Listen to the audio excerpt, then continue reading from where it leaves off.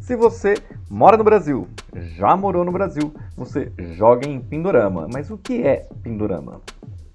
Pindorama é uma designação para o local mítico dos povos tupis e guaranis, que seria uma terra livre dos males.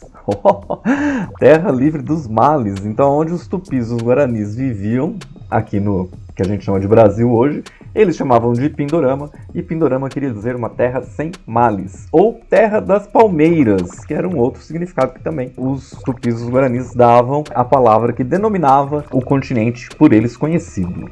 Então, estamos aqui diante dos remanescentes, né? Uma tribo que permaneceu aqui em Pindorama, mesmo que agora não seja tão mais chamado de Pindorama. Como era a vida em Pindorama, então? Vamos lá, o que você consegue me responder sobre isso? Como era a vida antes da chegada dos invasores portugueses? Em Pindorama, eles se espalhavam por toda a extensão aqui da nossa região, que a gente conhece hoje por Brasil. Eram florestas tropicais, cerrados e pantanais continentais, com temperatura média, assim, se eu tirar uma média do Brasil todo aí entre 22 graus, assim, olha que lugar delicioso. Não precisava nem de ar-condicionado. Organizados em tribos, formavam nações. Eles eram seminômades, então eles plantavam por um tempo naquela região e depois eles iam para outra, né? Dependendo da estação, dependendo da produtividade, da colheita. De forma comunitária, usufruíam dos recursos abundantes. Então aqui, ó, os maridos foram caçar, as mulheres estão com as crianças, e eles estão produzindo aí os alimentos que eles vão comer nesse dia aí, curtindo a natureza, de boa, na sombra. Não havia conceito de pobreza e privações. Vocês viram ali, né? Todo mundo comia junto, ninguém tinha mais que ninguém. Ninguém era rico ou ninguém era pobre, e tudo era de todo mundo, e eles usufruíam de tudo juntos. Então, não tinha pobre, não tinha rico, e eles escolhiam, e todos se alimentavam, né? Dentro do regime que eles viviam, é importante que todos se alimentassem bem para que todos vingassem. Há registros de guerras e canibalismo de inimigos em algumas tribos. Realmente, algumas tribos, quando ganhavam uma guerra, uma treta entre uma tribo e outra, às vezes eles comiam o inimigo, né? Mas não era uma coisa muito cotidiana, não eram todas as tribos, né? Assim, existem indícios de que isso acontecia. Hoje no Brasil somam apenas 800 mil remanescentes. Então, de uma população de 5 milhões de pessoas, sobraram 800 mil pessoas. Esse povo aí, ó. Esse povo aí. E aí, com a chegada, né, do que a gente chama de descobrimento do Brasil, no dia 22 de abril, a gente inicia, então, o histórico do ciclo de pobreza no Brasil. Porque até então, aqui no Brasil não existia rico nem pobre, existia um povo que vivia em comunidades, né, em tribos, e usufruíam de tudo. E aí chegaram os ricos e trouxeram junto a pobreza. É uma frase do Ailton Krenak. Ele é um indígena que é doutor, PhD, estudado, filósofo e admirável. Se você não conhece ainda, procure conhecer. Mas enfim, como era o continente, quais eram os povos que viviam aqui originalmente e quem foram, de fato, os povos invasores? Se você sabe responder essa pergunta, se você sabe, já vai respondendo aí no seu PDF, porque a hora que eu terminar e vocês desbloquearem essa conquista, cada um tem que mandar o seu questionário imediatamente pelo WhatsApp, ou por e-mail, ou pelo Telegram, ou por qual meio vocês estiverem jogando. A apresentação das respostas, o jogo é entre vocês. Então, vamos lá. Quais eram os 6 primeiros povos originários que chegaram aqui primeiro que todo mundo? Praticamente há indícios de 10 mil antes de Cristo. Então, eles chegaram e se espalharam. Os esquimós lá no norte, os Filks nos Estados Unidos, os Maias, os Incas, os Aztecs, os Tupis, os Gês e os Guaranis. E aí, o mapa, na verdade, das Américas era esse, ó. Você vê Gê, Tupi, Silk, né? Os esquimós lá em cima. Então, era essa a civilização que existia por aqui. E o povo que veio da Europa, né, que tinha rico, tinha pobre, tinha dono, tinha rei, tinha toda uma...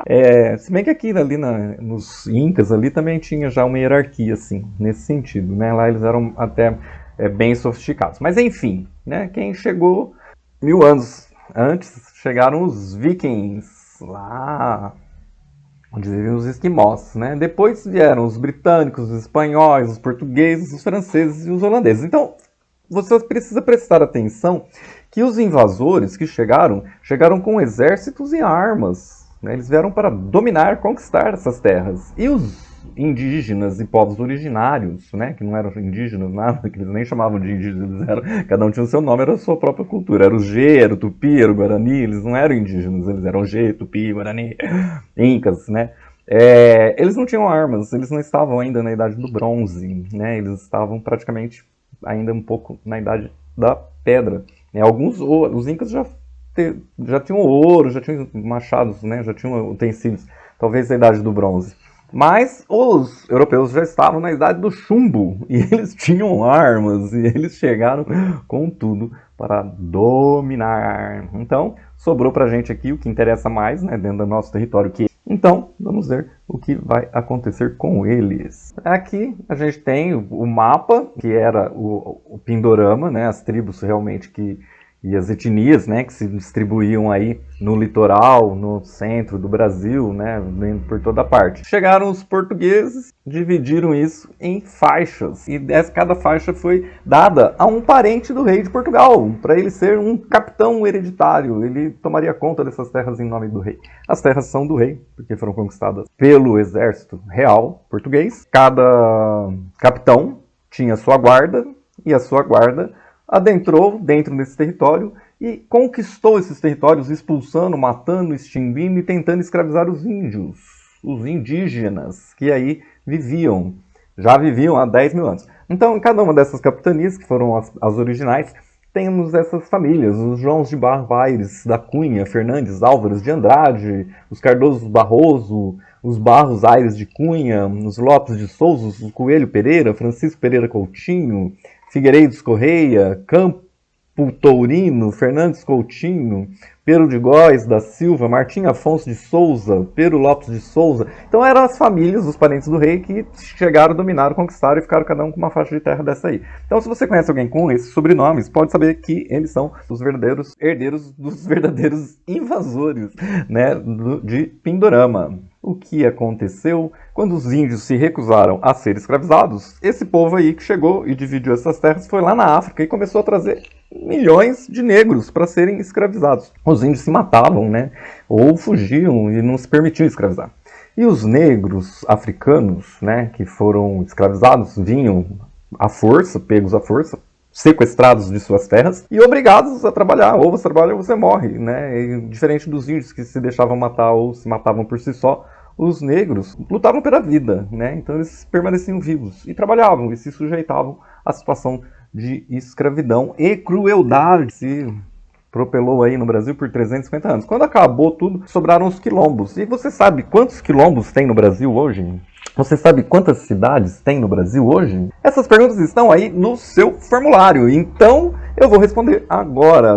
Entre os quilombos, para as pessoas que vivem nos quilombos, existem dados de que eles chegam a 5.300 quilombos espalhados pelo Brasil, não reconhecidos pelo governo federal. Para o governo federal, são 3.000 no máximo, e com terras reconhecidas deve chegar a uns 300 a 800 quilombos reconhecidos, com suas terras reconhecidas e tudo mais, né? Então o governo não reconhece nem 3.000, nem a existência de 3.000, os remanescentes africanos que vivem nos quilombos contam aí 5.000, mais de 5.000.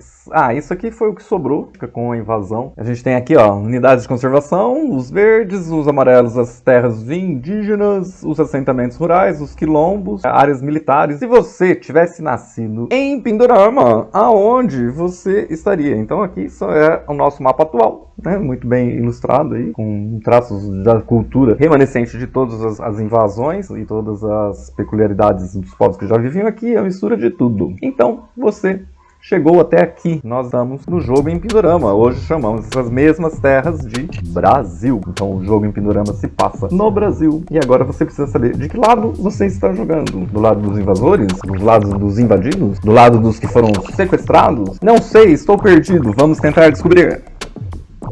Antes de mais nada, parabéns! Conquista desbloqueada. Nível 1, terra sem males. Início do jogo em Pindorama. É a hora de você pegar o seu formulário, pegar o seu PDF, destrinchar as respostas que você descobriu aqui e enviar o mais rápido possível para a rede social na qual você está jogando, para você marcar a sua pontuação e desbloquear as suas conquistas. Eu volto no próximo vídeo com o nível 2.